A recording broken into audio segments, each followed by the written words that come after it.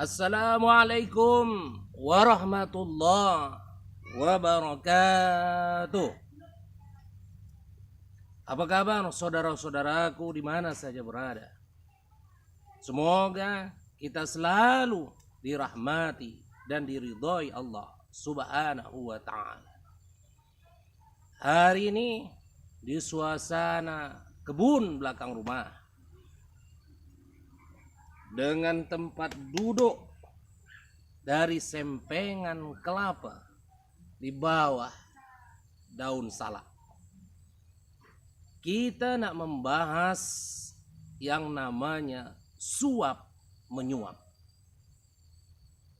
Suap menyuap inilah yang menyebabkan, dapat dikatakan, dari banyaknya perbuatan maksiat.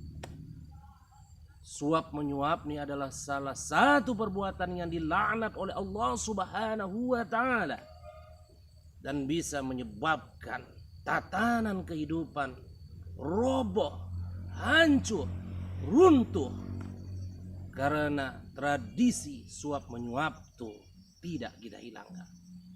Makanya berdoa kita di kampung kita, di daerah kita, di negara kita tercinta Indonesia ini, semoga maksiat semuanya dihilangkan, minimal diperkecil. Dan salah satunya yang sangat mendarah daging di kehidupan kita, yang namanya suap menyuap. Saudara-saudara yang dirahmati Allah Subhanahu wa ta'ala, tidak asing kita dengar banyak orang yang memasukkan anaknya menjadi PNS, sengaja jualkannya hartanya yang halal. Sawah yang dibeli halal, lembu yang dibeli halal, ladang yang dibeli halal, tanah yang dibeli halal. Puluhan tahun menabung, sengaja dijual untuk mengumpulkan 100-200 juta supaya menyogok anak itu menjadi PNS.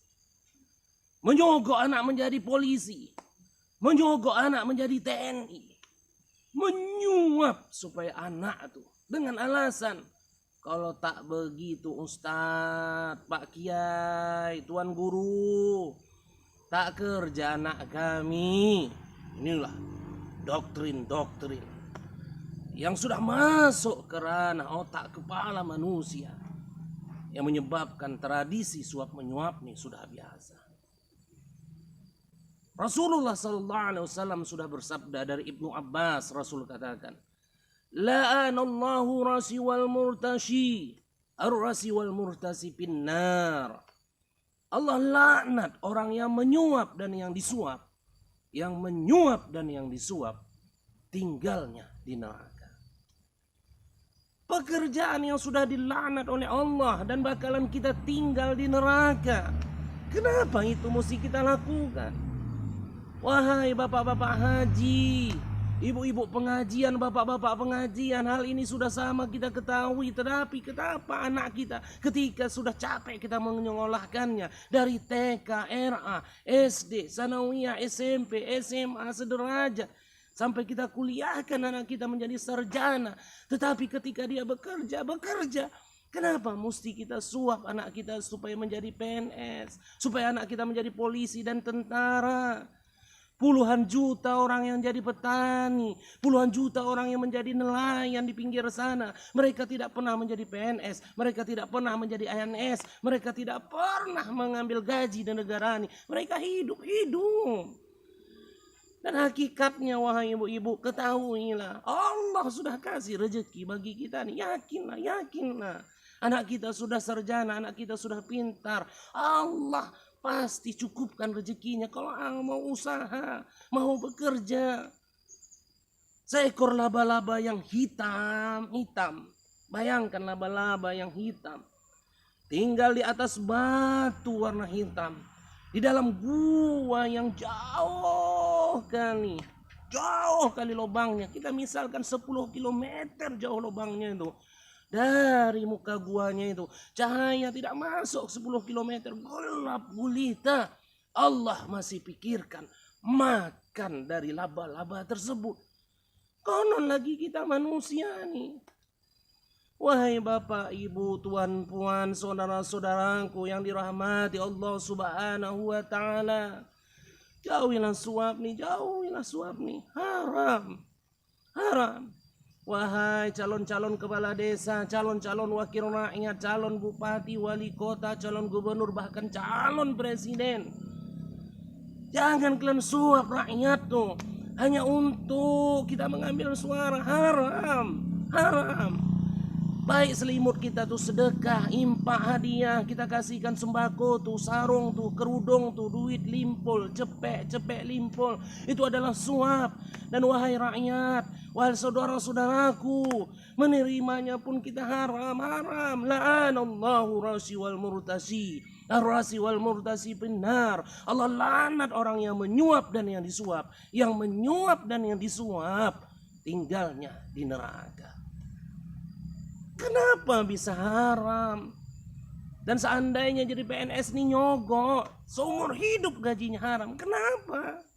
Jadi kepala sekolah nyogok haram, kepala dinas haram.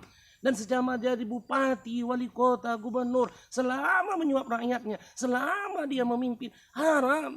Kenapa? Karena ada perbuatan yang merusak amal ibadah di situ. Syiddatu asya'atu bitul a'mal.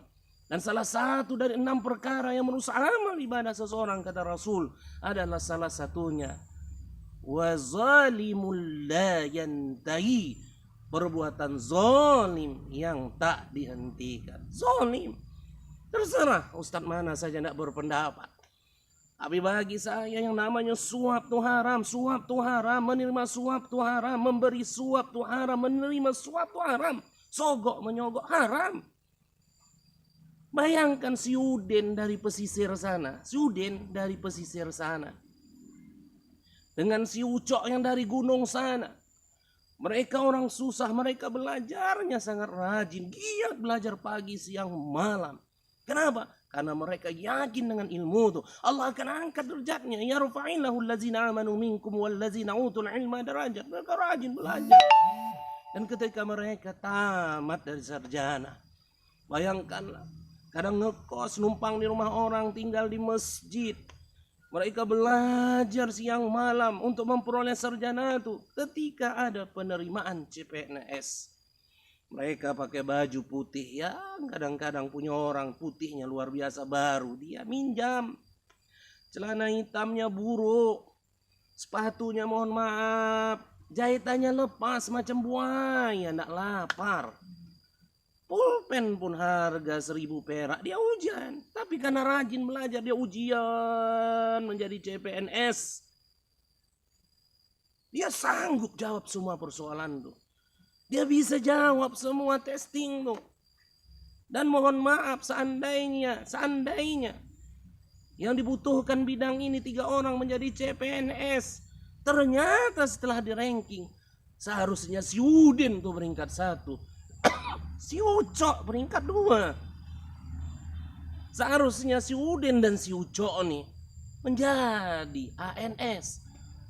Seharusnya mereka prajabatan, seharusnya mereka nama gaji, dan seharusnya mereka ketika mereka meninggal, istri mereka pun masih dapatkan pensiun. Dijamin kehidupannya karena kepintarannya. Tapi ketika diumumkan siapa yang menjadi PNS tuh, nama si Udin dicoret, nama si Ucok dicoret, diganti sama oknum-oknum yang mengurusnya, yang menyogok 200 juta, 205 juta, sehingga Udin dan si Ucok tidak PNS. Bayangkan siapa yang gantikan tadi, yang nyogok tadi, bayangkan. Gaji si Udin seumur hidup diambilnya, sampai pensiun diambilnya. Zolim. Bayangkan saja Bapak Ibu, ketika kita kerja 1 bulan penuh, dapat gaji kita, dimasukkan dalam amplop, kita letakkan di atas meja rumah kita. Tiba-tiba dicuri orang duit kita, kerja kita 1 bulan dicuri orang. Marah tidak? Marah. Ini seumur hidup. Jelas perbuatannya zolim. Istidraj, rezeki yang diperoleh. Haram, seumur hidup. Makanya, jangan coba-coba pernah kita menyuap melakukan nyuap dan disuap. Karena anak-anak kita yang akan jadi PNS, yang menjadi polisi, TNI, oknum-oknum yang menyuap. Barang siapa yang mengurus tuh, orang tuanya yang ngantarkan duit tuh, anaknya yang menerima, yang menguruskannya, hingga dia menjadi pejabat tuh dengan suapan haram. Wahai kepala-kepala sekolah yang seharusnya mendidik anak-anak kami, tapi Anda menjadi kepala sekolah, Anda menyuap, kepala dinas menyuap, jadi lurah, jadi cuap, menyuap. Semua SKPD menyuap, hati-hati, haram semuanya tuh, haram. Kepada calon-calon kepala desa, calon bupati, calon wali kota, calon presiden, calon gubernur, suap itu, suap. Kenapa? Undang-undang kita pun mengatur. Saya bacakan.